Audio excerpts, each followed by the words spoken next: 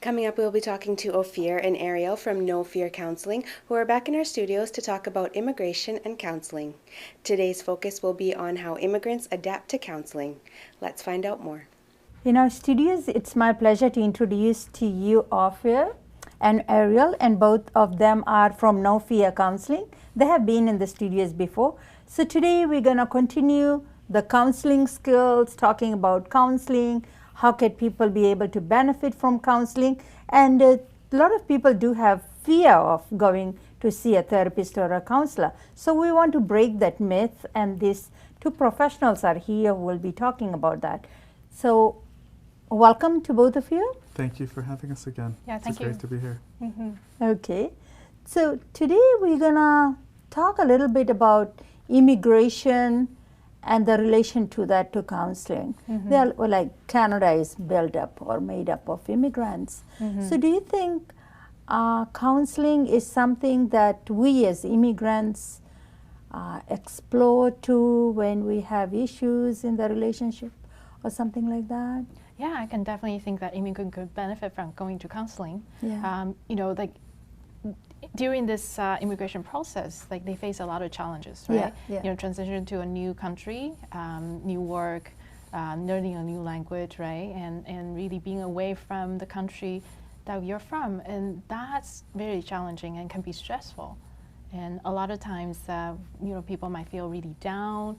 They might feel alone, and those are the times that counseling could help and benefit. And also I remember the refugees, especially the people that just come here, and they don't have no extended family, they don't know anybody, and who they do they talk to? Because with the stress of settlement in the country, sending the children to school, and no one to talk to. So this will be something that people can benefit. At least you be able to go and talk to a third person who they don't have any other support system in place, right? Yeah, I mean, even as you talk, I mean, picturing, leaving a homeland, and especially one with so much tragedy, and moving into a new area, a new place, a new culture, new values, new people, not knowing where to go, it's such a big unknown. How scary that would be for anyone to venture into something that's completely foreign to them. So in your practice, do you see people like that? Oh yeah. The new immigrants. Yeah. Like I just wanted to share a little bit of my personal experience because I am also an immigrant, and I had no idea what counseling was. I didn't know there's such a help I can go to. I come from a country where counseling is not popular. Like it's not popular at all, and I have no idea. There's someone professionally I can go to talk about things that I wanted to work on. And I'm just grateful that coming here and I learned about counseling and I can go there. There's a space confidential for me, and I can share, whatever darkest secrets I might have, right? And the things that I might not be able to talk to my friends or family about. So for immigrants especially, or refugees, there's a lot of emotional distress when they come over. There'll be a nice space for them to be able to work something, and hopefully for them to feel better. Yeah. Yeah, I mean, just talking to bounce off of that, people that are coming here might be experiencing symptoms. We call them symptoms, but normal reactions to very adverse situations, something that for them is not normal and something they haven't experienced before. And so to help traverse, to help explore that with them is something that can normalize their situation, to make them feel like what they're experiencing is normal and that there are solutions, there are ways to get around them, around any of the challenges that they face. And whether that's through talking about other examples or their specific situation. I think everyone has such a unique situation, and whatever way that we can do to help them navigate that's what we're here for. So those people that are immigrants and they've been in the country, or they could have been in the country for last 10, 15, 20 years, have no idea, but they are struggling among themselves, they don't have no other support system. What would you like to say to them? And confidentiality is the big one. When you are going to see a counselor, it's between those two people and that's it. You know, whatever you need to talk to somebody, there is no one else. Because sometimes secret, especially with immigrants, we keep lots of secret. We don't want others to know what's happening because the people will judge us and everything else that go along with that, right? So what would you say to someone that has never used counseling? You know, there's always going to be fear, and which is fine. It's normal reaction to something new. It's just like the experience, they come here, everything is new, and which is fine. And you know, if I would like to say something to them, I'll say that I actually admire them. They have this courage coming here to a new country, speaking a new language. That's pretty amazing. And the strength they have coming here, and I think they should celebrate that strength. Because it's very unique. They're coming into a new country. It's a psychological change. It's a social cultural change. Everything changed. You know, some of them feel that they have adopted a new identity coming here. Of course. And this courage, you know, it's amazing. Taking the first step. Exactly. You're already coming here to a brand new country. You know, there's resources and support. Let's just use them. That's true. And Ofir, do you want to talk a little bit about myths around cultural barriers? There's probably so many myths out there. I mean, some of the myths I see are around how things are supposed to go. They might see, you know, other people that have also come like them and are doing fine, and on the outside it might look like everything's fine, but it might be a mask. It might be not what they're actually experiencing on the inside. And so, you know, any particular way it's supposed to go is going to be a myth, just because it's a generalized thing that they might themselves not be going through. So when they compare, you know, their story with someone else's story, and they see any differences, any sort of discrepancies, it might make them feel like their experience is not normal, and they might isolate. They might, you know, keep to themselves. They might not feel like they're okay, and you know, that's where it can become a slippery slope. And you know, they might, you know, cut off connections, cut away from family, feel like they have to do things on their own. And like Ariel just said, there's so many resources out there, and it just starts with asking for help, and that takes a lot of strength as well. So that, you know, as we talked about, as Ariel just talked about, there's so much adversity they've already come through, but that doesn't mean that they have to do everything on their own and have everything on their shoulders. It's not the only way to go. There's help out there. Another myth I'd like to mention is that we maybe have a misunderstanding that when we come to a new country, we have to abandon our own culture.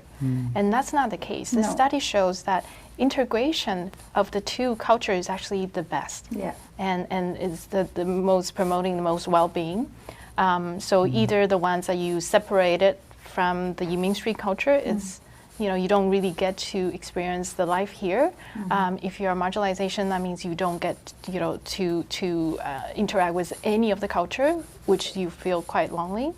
And if you're only holding on to the old culture, you don't adapt, then you cannot survive in this environment. So the best is to adapt the two and merge the two together. So a lot of times it's just varying degrees, right? So it's not 50-50, mainstream culture or the culture from the culture of origin. It's a balance for individual. For example, for you and me, it might be different. You might be like a 30-70. For me, it might be 40-60. So depending on the person. And when immigrant clients coming in, we kind of talk about it. Like, how is it for you in this culture? And how much are you bringing the culture of your own coming here? And how do you collaborate those two together? And that's when, you know, the counseling could help, is to kind of figure that out. And you already touched on that. How can you make their transition easier? Like some tools and strategies to make their settlement or making the new country or settlement in the new country a little bit easier to work with their partners and Yeah, I mean, for me, I like to meet them exactly where they're at. I want them to be able to share their story to wherever they're currently coming in with their story. there might be a lot of shame with it, like we talked about, not feeling like it's normal, like there's something wrong, and then that's where some of the psychological issues can come in. But when they can start to share their story, and we can build a new narrative around how much strength, like we talked about, bring out their experience, bring out some of the positives, of course, and then some of the things that aren't so clicking very well, and some of the emotions that are being pushed down.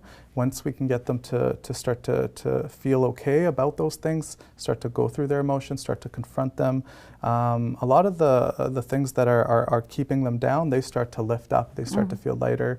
And then that's where, the integration can start to come in, where, the old world and the new world can kind of meet together, and it gets integrated, and they're stronger for it, having already gone through such horrific experiences often.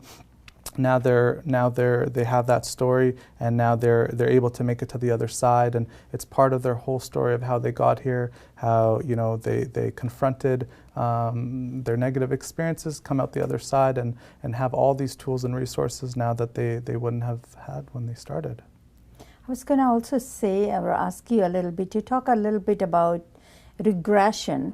Like, you have anxiety building and all that. You try to just not regret, but suppress. Yeah.